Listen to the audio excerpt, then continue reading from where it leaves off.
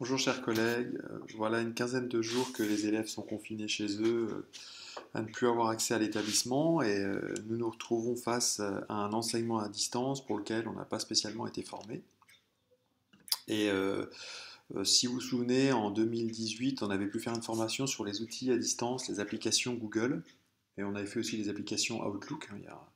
Il y a pas que, ce n'est pas réservé qu'à Google. Et voilà, il paraissait peut-être intéressant, hein, de rappeler un petit peu comment ça pouvait fonctionner, hein. Je sais que certains sont, sont très à l'aise avec l'enseignement à distance, il y en a d'autres un petit peu moins. Alors si ça peut leur apporter un outil plus, même si je sais que certains l'utilisent déjà, d'autres l'utilisent peut-être pas. Et voilà, rappeler un petit peu le fonctionnement de ces outils Google, ça pourrait être intéressant. On va se concentrer plutôt sur le Google Formulaire aujourd'hui. Et je vais essayer de faire assez rapide pour pas que vous passiez une heure sur une vidéo qui vous apportera peut-être pas grand-chose. Donc je vais essayer de faire succinct. Voilà. Tout d'abord, ça s'adresse plutôt aux élèves du second degré parce qu'on va dire que eux, ils peuvent avoir une adresse mail. Et peu importe quel type d'adresse mail, que ce soit Hotmail, Gmail, Orange, SFR ou autre, peu importe, ça fonctionnera pareil. En revanche, vous devez avoir une adresse Gmail. Moi, j'ai une adresse Gmail, voilà ici. Pour les élèves du premier degré, si les parents ont une adresse mail et que les parents veulent bien accompagner les jeunes, ça peut être aussi intéressant. Voilà.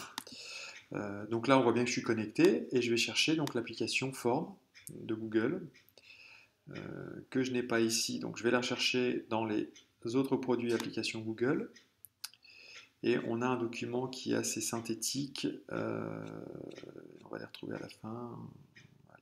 Voilà, ici. Google Form. Alors c'est parti. Je peux créer des formulaires donc personnels. On n'a pas d'espace professionnel, hein. Accéder à Google Form. Et là, voilà, la page s'ouvre. Donc il me propose, hein, c'est assez intuitif, hein, il me propose de créer un formulaire directement vide, c'est ce qu'on va utiliser, ou sinon il y a déjà des formulaires pré-remplis. Ça peut être aussi bien d'aller tâtonner, hein, n'hésitez pas, hein. On va créer un formulaire vide. Donc je clique dessus, et là directement, ça s'ouvre. Voilà. Donc j'ai accès à pas mal de petites choses. Je vais déjà commencer par donner le nom. Alors vous allez voir, c'est du direct, hein. Je clique sur le nom ici, je vais l'appeler exercice. Voilà, exercice. Description du formulaire, vous n'êtes pas obligé de renseigner, mais tiens, on va renseigner la date. 31-03-2020. Voilà, vous mettez ce que vous voulez, hein, vous n'êtes même pas obligé de le renseigner. On s'aperçoit qu'à chaque fois que je fais une modification, c'est enregistré directement dans le drive et on ira le récupérer tout à l'heure. Ce qui veut dire que si l'ordinateur se coupe, j'ai rien perdu. C'est enregistré à distance sur votre espace Gmail. Voilà, on y va. Alors je clique ici. Il me propose plusieurs choses, plusieurs choix. Soit de proposer aux jeunes de poser une question et qu'ils répondent de manière succincte, courte, soit ils répondent sous forme de paragraphe, soit un choix multiple, soit des cases à cocher, une liste déroulante, etc., etc., etc. On va commencer par quelque chose de simple, on va leur demander nom, prénom. Voilà, réponse courte. Ici, quand ils recevront le formulaire, ils n'auront qu'à renseigner une réponse courte, nom, prénom. J'ai plusieurs possibilités ensuite. Soit ce que j'ai créé là, ça ne me convient pas, je peux supprimer. Ou alors je peux le dupliquer. Tiens, j'ai envie de poser une deuxième question. Allez, je duplique, comme ça c'est déjà fait. Je sais que j'ai une réponse courte comme celle du dessus. Et je vais poser une question, quel est votre âge? Voilà. Donc c'est plutôt rapide. Allez, ensuite je vais poser. Alors, les outils pour ajouter des questions sont sur la droite. Ajouter une question. Voilà, on va ajouter une question. Puis on va se la faire en choix multiple celle-là. Allez, quel temps fait-il dehors? Voilà. Et je clique sur option 1 ici. Je peux mettre il fait beau. J'ajoute une option, donc je clique sur ajouter une option. Puis, encore une option. Il y a des nuages. Voilà. Et puis autre, par exemple. Ok. Donc là, c'est assez rapide, hein.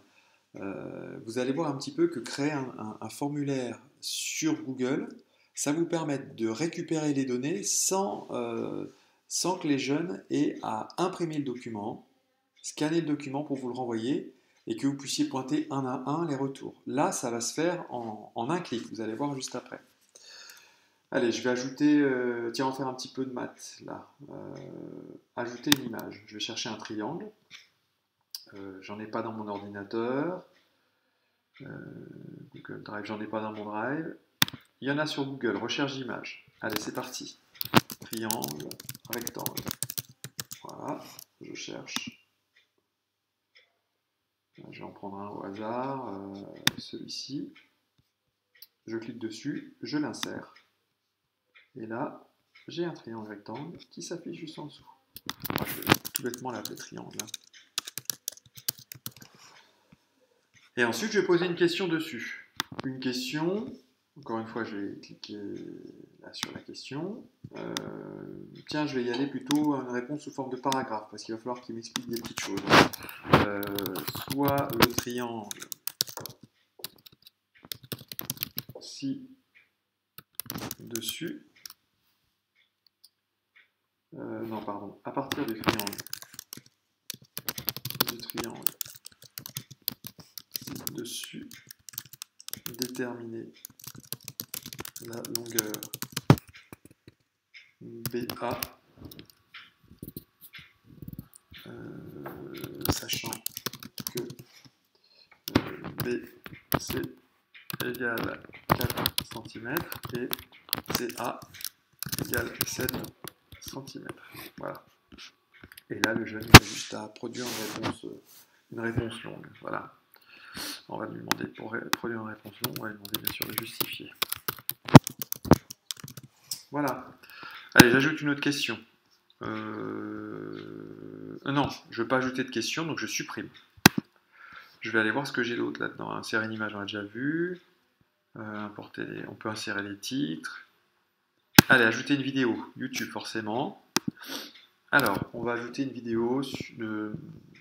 Allez, on va y aller dans la musique. Back. Recherche. Qu'est-ce qu'il va me proposer? Back. On va en prendre une pas très longue. Prélude. Allez, on va ajouter celui-ci. Sélectionner. J'ai ajouté une vidéo. Je vais l'appeler back. Et puis je vais poser une question.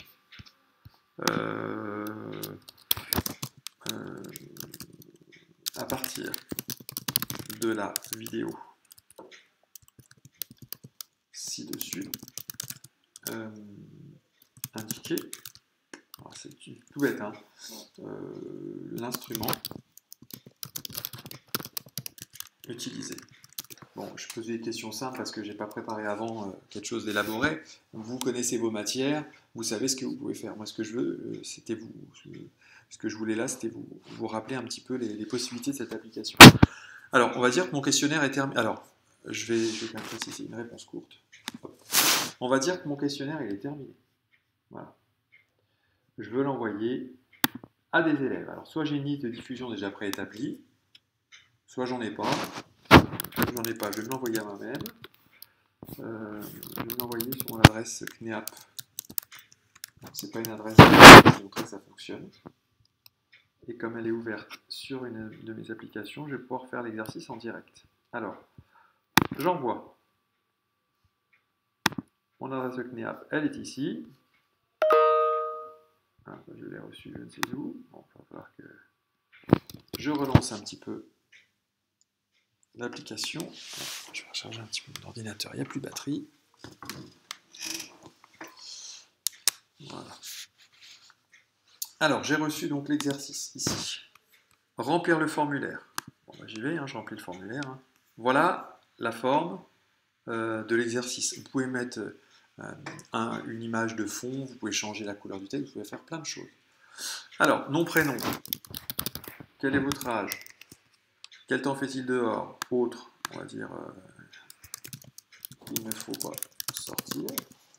Triangle rectangle, bon, justifié, on va dire qu'il fait, j'ai demandé la longueur BA, allez, on va dire qu'il fait 14 cm, j'ai pas envie de justifier parce que Pythagore c'est loin pour moi. À partir de la vidéo, l'instrument utilisé, voilà, on voit un piano, on va marquer guitare. Et j'envoie le formulaire. Voilà, votre réponse a bien été enregistrée. Donc si je reviens, moi, ici sur mon formulaire que j'avais créé, on voit qu'il y a une réponse qui apparaît. Je clique dessus. On voit qu'il y a un certain tricoté qui a répondu.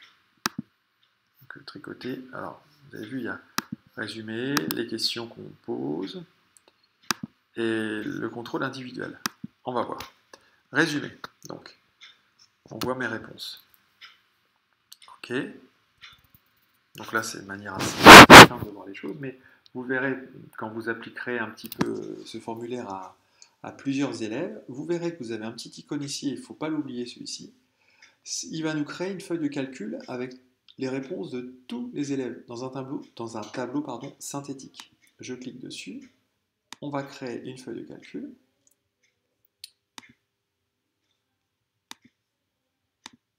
Voilà.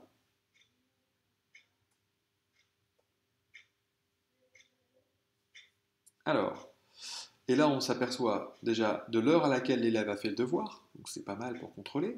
Le devoir ou le travaux dirigé, hein, ou les travaux dirigés, je veux dire, c'est pas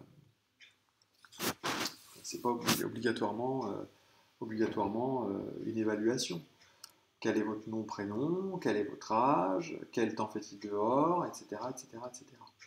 C'est quand même assez synthétique pour contrôler un petit peu les choses à distance. Et c'est une manière assez simple de faire un devoir. Quand vous devez le passer sur Word, faire la mise en page, le transformer en PDF pour que tout le monde puisse le lire, le partager via Pronote, ça peut être assez contraignant. Là, vous avez un outil qui est quand même assez simple d'accès.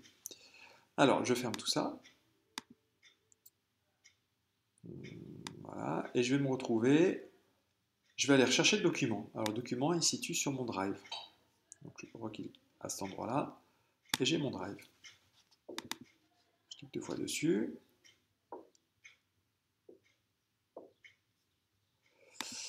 Alors, bah, c'est l'exercice d'aujourd'hui, hein, voilà, avec la réponse et en accès rapide. Sinon, je peux le retrouver dans les documents récents que j'ai ici. D'ailleurs, je vais aller voir dans les récents. On va essayer d'ouvrir une autre enquête. Demande d'ouverture. Je clique 2 fois dessus. Voilà le formulaire que je vous avais envoyé à un moment donné pour analyser les ouvertures de l'établissement. Qu'est-ce qui serait bon d'ouvrir? Et quand je regarde dans les réponses, ici, j'en avais 27. J'ai 27 personnes qui avaient répondu. Alors, ce qui m'intéresserait de savoir, c'est les réponses individuelles. Qui a répondu quoi? Alors, on va y aller. Vous avez les noms des personnes qui ont répondu. Si je descends un petit peu plus bas, on a accès à ce que la personne avait répondu. Je suis désolé pour Madame Pinot-Martinez. Hein. On a Madame Margeau, on a Monsieur Gilbert, etc., etc., etc., etc. On peut contrôler les évaluations de chacun des élèves, les travaux dirigés de chacun des élèves. Ou alors, je peux aller dans mon petit tableau synthétique. Je suis désolé, ça va vous donner le nom des personnes et savoir s'ils avaient choisi à l'époque. Peu importe, de toute façon, on n'a pas eu le droit d'ouvrir. Vous avez nom, prénom, et vous avez souhaitez-vous ouvrir. On peut modifier un petit peu et on peut sélectionner l'ensemble et bien sûr imprimer ou copier et mettre dans Excel. C'est un outil qui est assez bien. On voit qu'il y en a qui répondent assez tard, hein, 23h58 pour Madame Desdelec, voilà, elle travaille très tard. Et il y en a qui se lèvent très tôt, 5h59 pour Madame Solager. C'est un outil qui est quand même vraiment, vraiment intéressant et je vous invite vraiment à l'utiliser. Voilà pour la première vidéo. Alors ce n'est qu'un petit tutoriel, ça ne vaut pas grand chose. Mais cet outil forme pour l'enseignement à distance. Si vous avez envie de construire vos séances, ça peut être vraiment intéressant d'utiliser voilà, à partir d'un texte, à partir d'un document que vous pouvez leur faire parvenir, poser des questions dessus. Voilà. Bon courage à vous, je vous souhaite une bonne journée et puis je vous dis à très bientôt. Prenez bien soin de vous et de vos proches. Au revoir.